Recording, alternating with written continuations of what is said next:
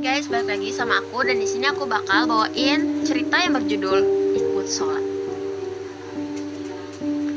Pada waktu itu, jam menunjukkan pukul 11 malam. Aku terbangun dari tidurku yang singkat. Ku ingat, sejak pulang sore tadi, aku belum menunaikan ibadah sholat isya dan melewatkan maghrib. Memang, hari ini sangat melelahkan, sebab aku harus menyelesaikan semua tugas ujian sebelum pulang ke rumah untuk menghabiskan libur semester. Aku pun memaksa tubuhku yang masih lemas ini untuk berdiri. Ku ambil air wudhu di kamar mandi yang terletak di ujung lorong asrama. Setelah itu, bersiap mengenakan mukena dan menggelar sejadah. Setelah semuanya siap, ku ucapkan takbir dan memulai sholat. Awalnya nggak ada yang aneh nih saat dia sholat, tapi pas duduk di antara dua sujud di rakaat ketiga, aku mendengar suara doa dalam sholat. Kupelankan suaraku dan bacaanku, lalu aku terfokus sama suara itu. Jika didengarkan, kemungkinan suara tersebut datang dari belakangku, seperti suara makmum. Saat itu aku mengira itu adalah suara Ila, penghuni kamar depanku yang sering masuk tiba-tiba. Untuk memastikannya, ku intip makmum itu saat sujud.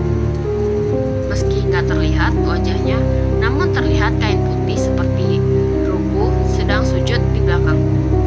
Kulanjutkan sholat seperti biasa, tapi saat salam, aku terkejut karena nggak ada siapapun di belakangku. Aku merasa ada sesuatu yang gak beres.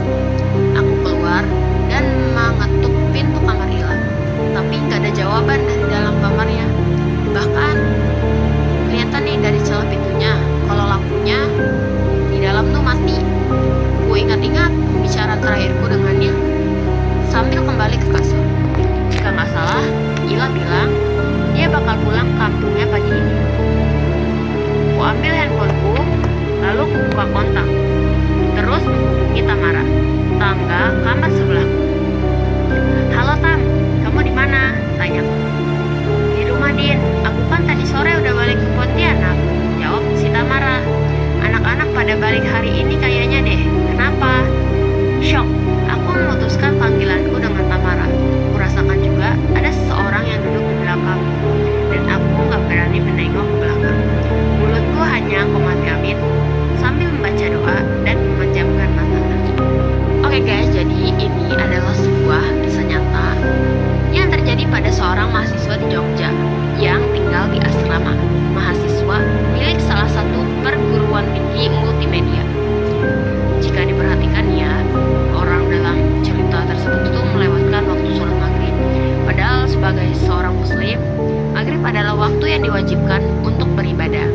Tambah lagi, orang tersebut itu tidur di waktu maghrib.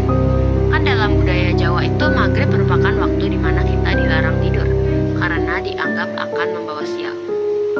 Oke guys, jadi ceritanya segitu aja dari aku. Tungguin cerita-cerita lainnya ya. Dadah.